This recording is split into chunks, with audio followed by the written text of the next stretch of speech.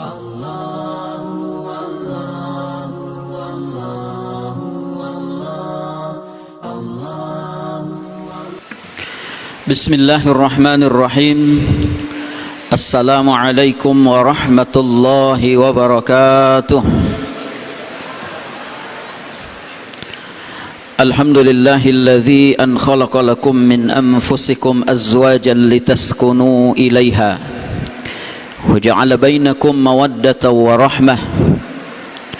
Ashhadu an la ilaha illallah wahdahu la syarika lah wa ashhadu anna Muhammadan abduhu wa rasuluhu la nabiyya ba'dah. Amma ba'd. Hadirin hadirat kaum muslimin dan muslimat jamaah tarawih yang sama-sama dirahmati oleh Allah. Kita tahu bahwa salah satu sunnah terbesar dalam Islam itu adalah nikah.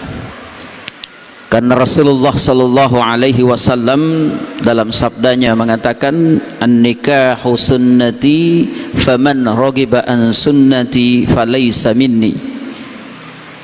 Nikah itu adalah sunnahku. Barang siapa yang tidak mau mengikuti sunnahku, maka bukan golonganku, kata Nabi. Yastur yassakar ngikun nabita kong kataudena meloboting. Jadi kita dianjurkan untuk nikah, ya. Bahkan kalau perlu berkali-kali nikah, kalau mampu dan adil.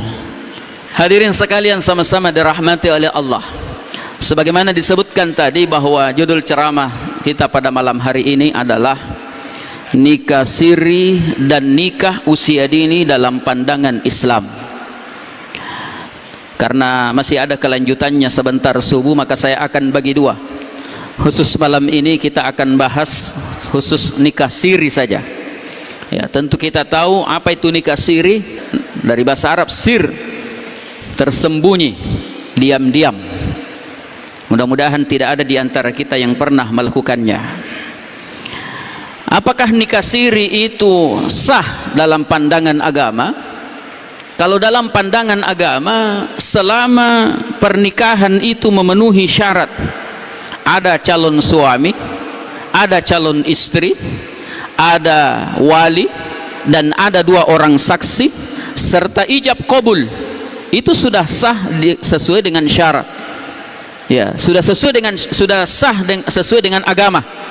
Tapi ada undang-undang yang mengatur kita, karena kita berada dalam negara hukum.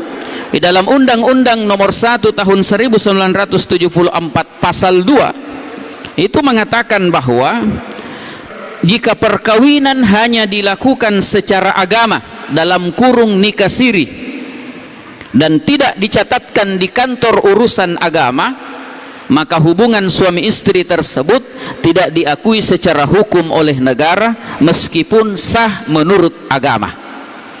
Saya ulangi, sah menurut agama tetapi tidak sah secara negara. Akhirnya apa?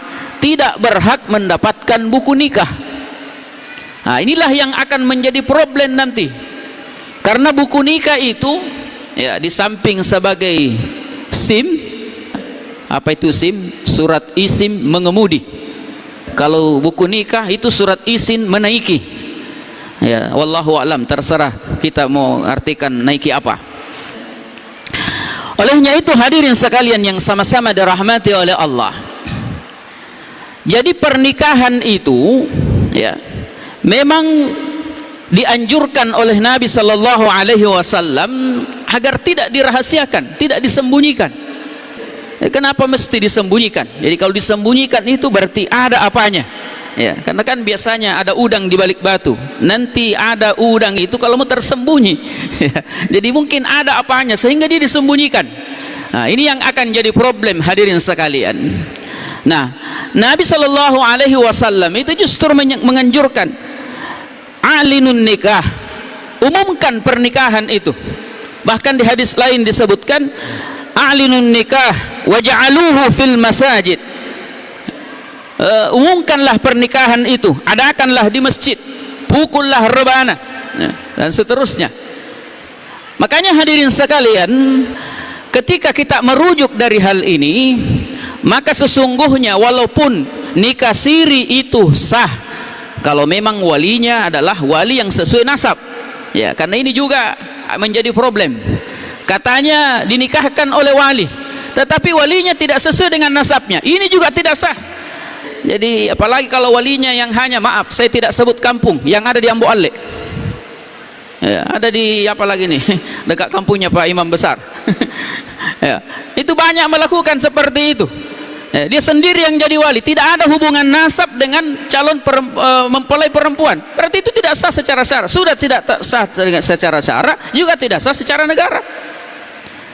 Ketika anaknya nanti lahir, mau buat akte kelahiran, nah, tentu diminta oleh kependudukan, dinas kependudukan, buku nikahnya.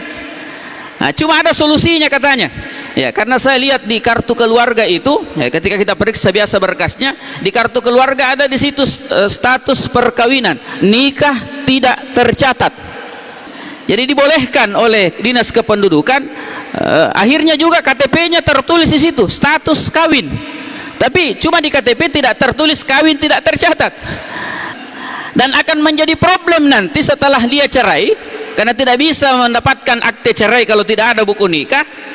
Begitu mau menikah kedua lagi secara sah, tidak akan mungkin bisa diproses lagi. Karena kenapa? Dia tidak punya akte cerai. Akte cerainya juga tidak bisa terbit karena tidak punya buku nikah di pernikahan pertama. Nah, inilah yang menjadi problem hadirin sekalian. Padahal Allah Subhanahu wa taala menganjurkan kita untuk menikah. Itu tujuannya adalah mitsaqan ghalidha, agar ada pertautan. Di tujuan utama pernikahan itu kan yang sering kita dengarkan dalam surah Ar-Rum ayat 21. Wa min ayatihi an khalaqalakum min anfusikum azwajan litaskunu ilaiha wa ja'ala bainakum mawaddatan wa rahmah inna fi dzalika laayatil liqaumin yatafakkarun. Salah satu tanda kebesaran Allah itu, kata Allah, diciptakannya bagi kalian pasangan azwaja litaskunu ilaiha, agar kamu bisa menjadi tenang. Jikalau nikah siri tidak akan mungkin tenang, karena akan dikejar-kejar oleh mertuanya yang tidak setuju umpama, atau mungkin ya karena biasanya juga yang nikah siri itu ya nikah kedua dan ketiga, ya karena tidak ada izin dari istrinya. Ya, padahal sesungguhnya hadirin sekalian, mohon maaf ini, sesungguhnya nikah siri ini ada solusinya kalau kita tidak mau nikah siri. Apa itu? Poligami. Kenapa mesti poligami? Ya, poligami itu dibolehkan dalam Islam. Di dalam surah An-Nisa kan dikatakan, "Fankihu ma tabalakum minan nisa masna wa thulatsa wa ruba." Nikahilah perempuan 2, 3 atau 4. Tapi kalau kamu bisa, dengan catatan kata Allah, fa illam ta'dilu, kalau kamu tidak bisa adil, fawahidah, cukup 1 saja.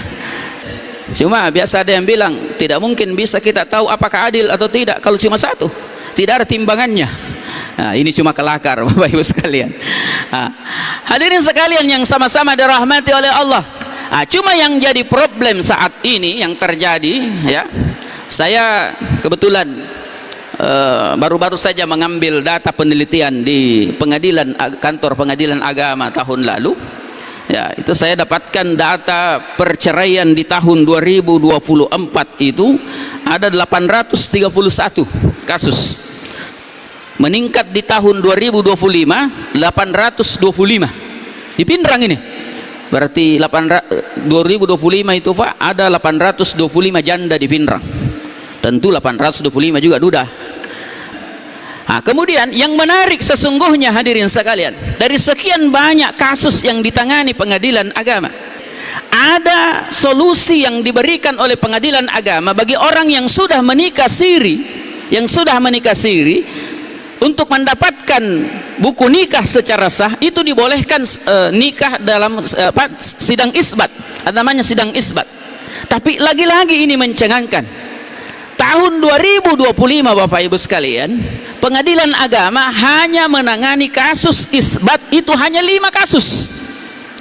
Sementara laporan dari beberapa kantor urusan agama di Kabupaten Pindrang ini banyak sekali yang memasukkan permohonan untuk untuk melakukan mengambil buku nikah ya, setelah menikah siri, tetapi dia tidak mau melalui pengadilan, dia mau langsung saja.